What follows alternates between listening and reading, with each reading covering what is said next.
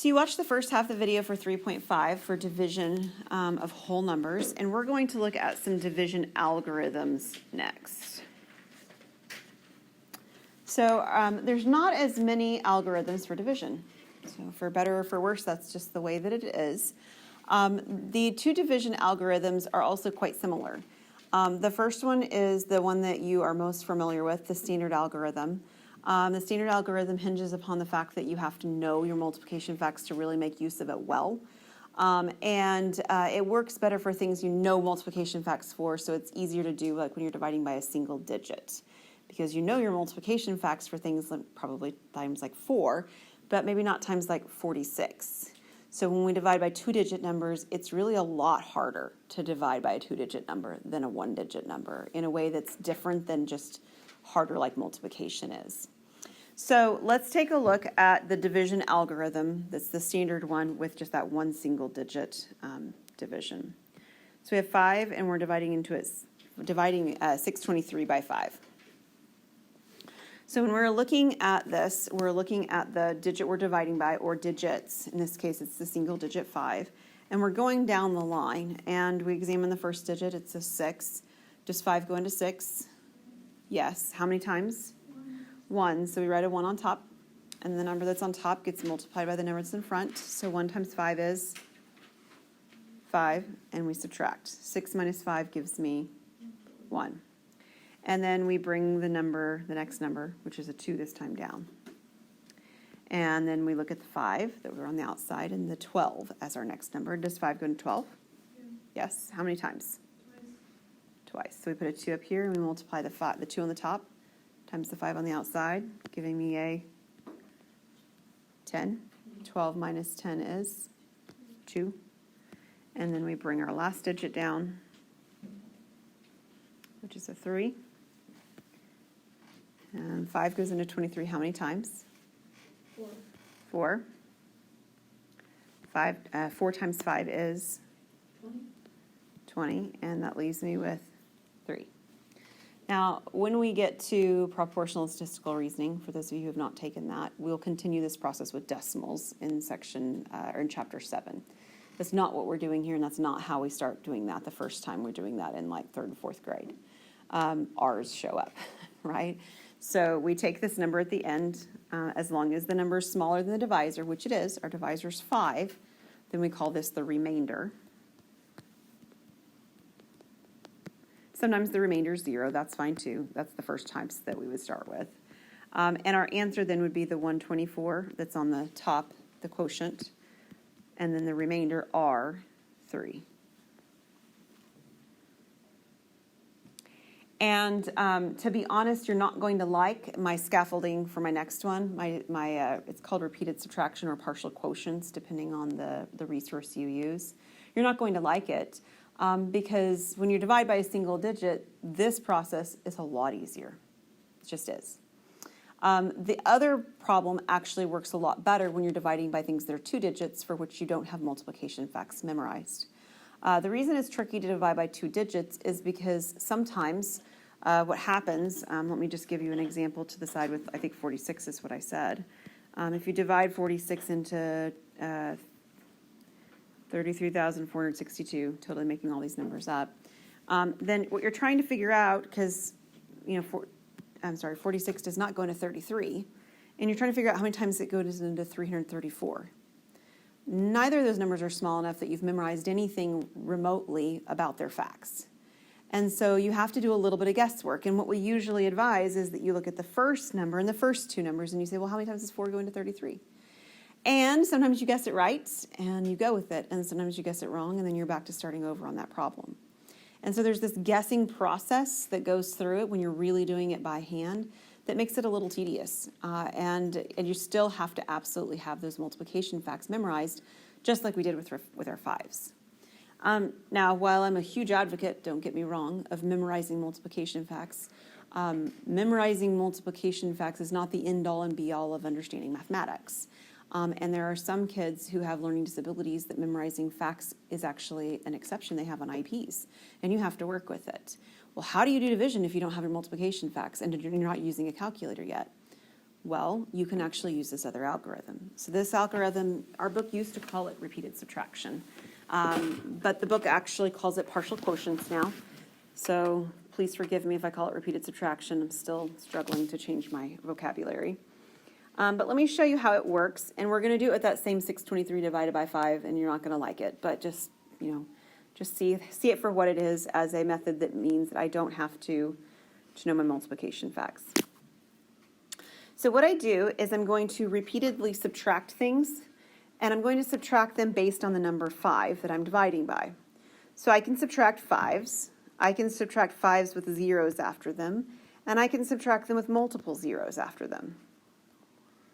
Okay, these are all, it doesn't matter how many zeros there are, but what we're trying to do is we're trying to subtract 5 times a multiple of 10. Okay? And it doesn't matter if it's 5 or if it had been like the 46 I mentioned over here. If I was doing 46, I would subtract 46, or 460, or 4,600, or 460,000, right? It's always a 4 and a 6 with zeros after it, or the 4, 6 by itself. Now, subtracting the number 5 from this is going to take you all ridiculously day long. Like, that's not a good plan, okay? We want to subtract the biggest thing that we're able to subtract so that their number gets smaller quicker. So what of these numbers would be the biggest number we should be subtracting? 500. And it's a good idea as you're doing it to keep track of what you're doing. This is actually 5 times 100. That's what 500 is. And we're going to need this 100, whoops, I meant to highlight. We're going to need this 100 when it comes to finding our answer in a moment. So that's why I'm going to jot them down as we go. So what is 623 minus 500? 123. Can I subtract another 500? No, I can't. So what will I subtract next?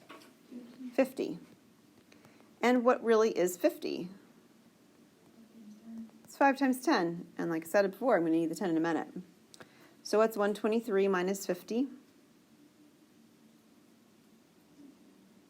Close. 73. 73. Can I subtract 50 again? Yes, I can. Okay. So again, 50 is 5 times 10, so I'll jot that down. Do I have to write down 5 times 10, or could I just write down the number 10? You can just write down the number 10 if you want to. It doesn't bother me in the slightest, but I'm just identifying where those numbers are coming from as I go to keep it clear for all of us. I will have 23. Can I subtract 50 again? No. So what at this point am I left with subtracting? 5s. So I'm subtracting 5s. So 23 minus 5. Well, 5 is 5 times 1, by the way. I know it sort of feels funny to write that, but these are single subtractions of 1. I mean, times 1 every time now. 23 minus 5 is 18. And we're going to keep subtracting by 5s until we get a remainder that's so small we can't anymore. So this would give me 13. So this is, again, 5 times 1. I subtract again to get 8. Shift my screen up just a little bit. You can do it one more time.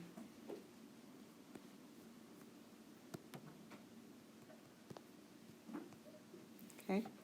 So once we get to the remainder that's smaller than divisor, just like we do with the scaffold that we're used to, right? We stop. And then our answer is all the orange pieces that I've highlighted. I've got 100. I've got 2 10s, so I've got 20. And then I have 4 of these, so that's a 4, with a remainder at the end of 30. 124, remainder 3. So this process is longer. I mean, there's no ands, ifs, or buts about it. It's a longer process, but it doesn't hinge on me knowing any of my multiplication facts except for times 10, which is really just putting zeros. Faith? So, like, if we're doing this on our homework and, like, we can recognize that, like, so, like, we did times it by, or minus it by 5, we already know this 4 times, can we just put a 20 down, or would you like us to show the work? You're going to show the work. So, and I'm glad that you asked that, Faith, because I have people who will do that. Because I know when you get to, especially down to the end parts, it's just really tempting to say, well, I'm going to do 5 times 4 now. We're never going to do 5 times 4. We're only going to be doing 5 times 1, 5 times 1, 5 times 1. So resist the urge to overgo, right? To overdo the numbers that you do know multiplication facts for, because you guys are going to know multiplication facts for them, but yeah. Okay, is that all right? Okay, the last part of this section is going to be, well, the next two parts, I guess anyway, are going to be applications of multiplication and or division within problems. And so I'm going to try and show some examples of how we can use some of the algorithms that we've encountered within like a word problem type situation. And then we're going to look at the computational mental math kind of stuff at the very end. So we have Juan, and he's saved $5,340 in 3 years. If he saved $95 per month in the first year and a fixed amount per month during the last 2 years, how much did he save per month during the last 2 years? Okay, so do you get what's going on? Mm-hmm. So for 12 months, so the first 12 months. So for 12 months, it's $95 saving consistently. And then after his 12 months, he's saving some other kind of money amount consistently. And at the end of all of it, he has $5,340 saved up. So what are we going to do? What would you suggest doing first? There's more than one way to sometimes do these particular problems. So what might be a good first step on this one? Okay. So if I find 95 times 12, what am I going to be finding? I don't mean number-wise, but like what conceptually is this? The first year's amount that's saved, right? Exactly. So we're going to do a little bit of practice with some of the different strategies as we go. I'm going to try and show a few of them along the way. I'm going to do this one with Lattice. If you don't want to do it with Lattice, then don't. But there's going to be places where you're going to be told which one to do and places where you get to pick. So I'm just going to do this one with Lattice. So Lattice method, if you remember, we would break it apart into the 4 boxes because I have a 2 by 2 number and then along diagonals. 9 times 1 is my first box, gives me 9. 5 times 1 is 5. 9 times 2 is 18. 5 times 2 is 10. I extend along my diagonals. The bottom right one is 0. I have 8 plus 1 is 9 plus 4 is 14. Plus 5 is 14. And I'll carry my 1. And I have 1 plus 9 plus 1 giving me 11. So I have 1 and carry another 1. That's at the top. So right over here is the first year's savings. So he saved $1,140 in year 1. And you're going to show me some method. So does it have to be Lattice? No. Could you do the standard algorithm? Sure. Do you like partial products? Go for it. I don't care what method you show, but you're going to show something that's not your calculator. Does that make sense? Okay. Now what? I'm not done with the problem. Subtract the 1,140 from the 5,340. So we have 5,340, and we just found out that we had 1140. Whoops, get them lined up better than that. 1140 from the other one. This one subtracts really nicely with just about any kind of algorithm because there's no carrying or there's no borrowing or regrouping to do. So if I subtract this, what will I get? 4,200. Yeah, 4,200. Okay, so first good. Now what? Okay, so I have 24 months over which I'm going to save the remaining $4,200. Is everybody good with that? Okay, since I've only done the repeated subtraction one time and I did it with a 1-digit number, I want to show you what it looks like with a 2-digit number. And then you can, just so you can see it one more time, basically. But then if you want to use standard algorithm later, that's perfectly fine. So I want to do 4,200. And I'm trying to divide it by 24, right? So I'm subtracting 24. I'm subtracting 240. I could be subtracting 2,400. The 2 and a 4 with zeros that follow. So what's the biggest value that I can subtract from my 4,200? I can subtract 2,400. So 2,400 is the first one. And if you want to just jot yourself a note that this is the one that's multiplied by 100, right? You can do that. So what is 4,200 minus 2,400? It's 2 zeros at the end. What's next? 1,800. Okay, can I subtract another 2,400? No? So now what do I subtract? 240. And this is my times 10 ones, right? So 1800 minus 240 is, I think I've got 1560. And then another 240, right?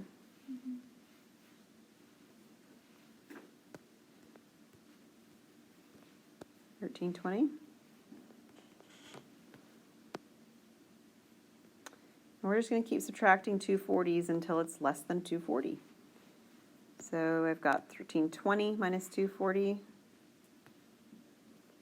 gives me 1080. And every time I do it, I'm marking that I'm multiplying that by 10. But when I subtract the 240, it's 24 times 10.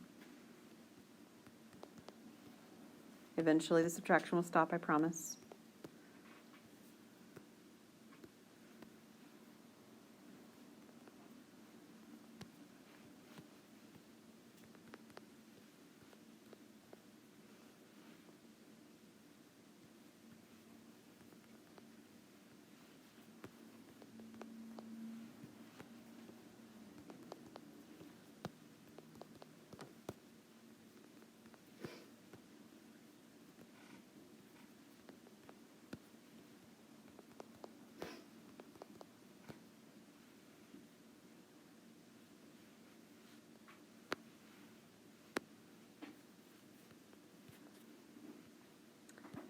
Okay, so I think I've finally gotten mine to the point where when I subtract, I have 120 left. Does anybody else to that point?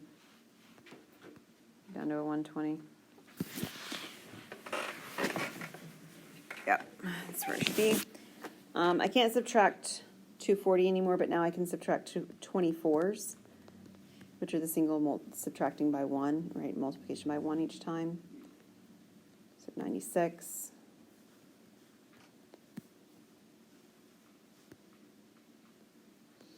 72.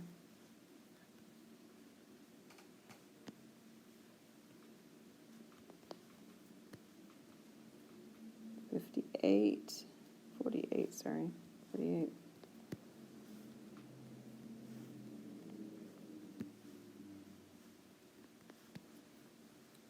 We can do it 2 more times and we're done.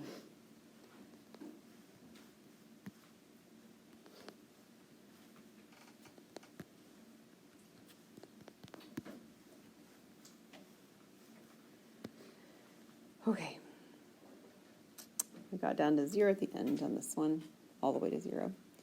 And all of these multiplications of the times 10s I got are what I add together. So I have 100 and I have 10, 20, 30, 40, 50, 60, 70, 170, 1, 2, 3, 4, 5.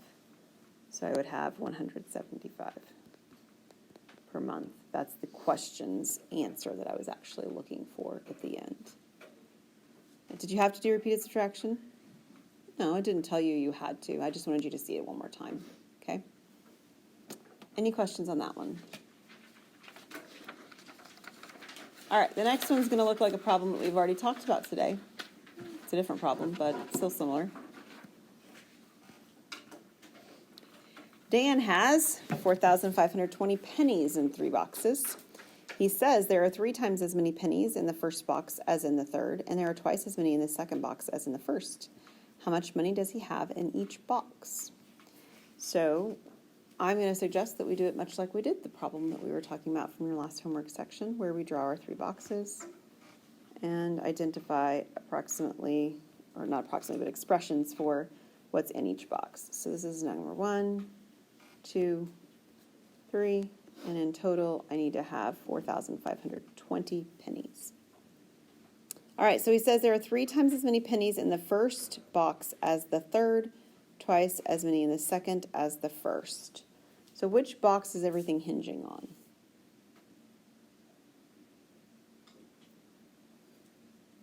The third. So you can use whatever letter you want. I'm going to use X this time, but you can choose your favorite. So the third box has X or something like that, coins in it, pennies in it specifically. And it says the first box has 3 times as many as that. So what would that look like? 3x. And then it says that the second box has twice as many as the first. Yeah, so we'd have 2 times 3x, or if you prefer to just write 6x in the box, you could do that. So all of these combined have to equal what?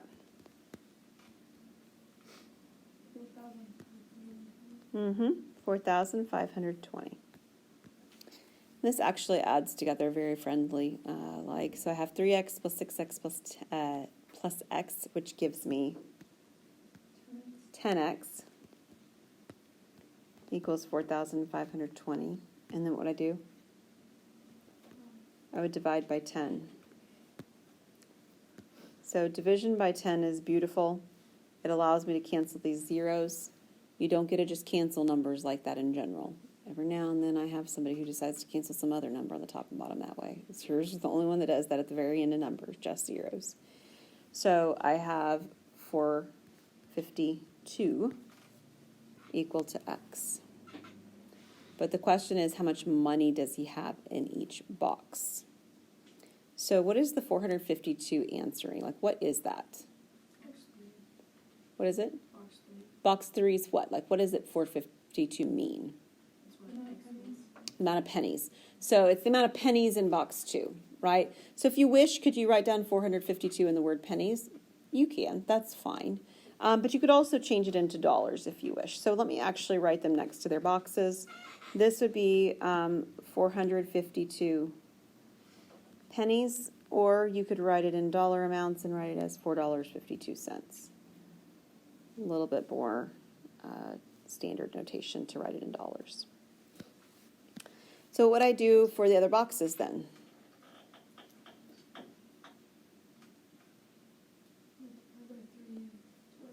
Yeah, multiply by 3 and then either double that or multiply by 6, right? So I can take my 452 and we'll do the standard algorithm for it. We'll multiply by 3. I haven't done a standard algorithm one with you. So we would take 3 times 2, giving me 6.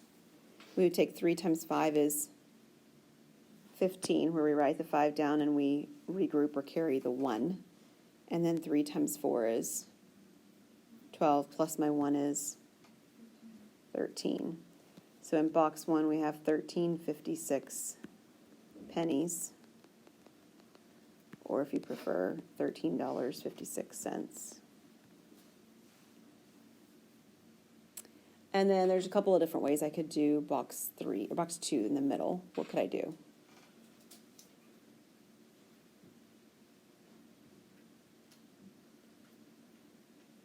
How would you find box 2? You take the 452 and divide it, or multiply by 6, or you can have whatever you just did, multiply by 2. You got it. So I have two options. One option is 452 times 6, because it's 6x in the middle box. Or I can take the value I just found, 1356, and multiply it by 2, because it's double what's in box 1. So I'm going to multiply by the 2, because I think that's probably going to be a little bit more, I don't know, simple maybe. We'll do the standard algorithm again because we're almost done with it. We have 2 times 6 is 12, so we will regroup our 1. 2 times 5 is 10, plus 1 is 11, so we regroup our 1. 2 times 3 is 6, plus 1 is 7, and then 2 times 1 is 2. So 2712. We have 2712 pennies,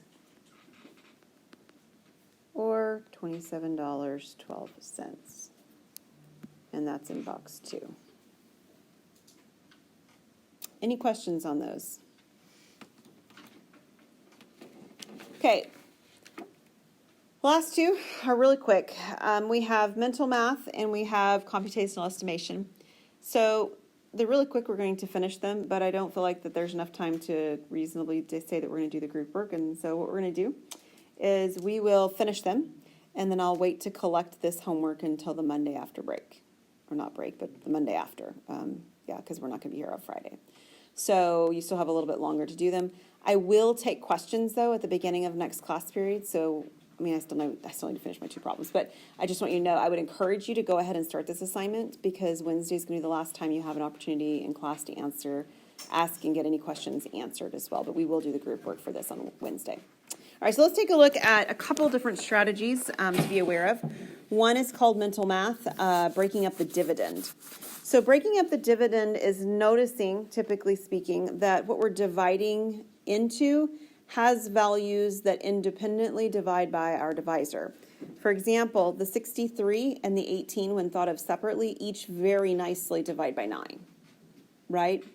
So instead of thinking of this as 6318, what we do is we think of this very much like 6300 plus 18, and we do our division this way.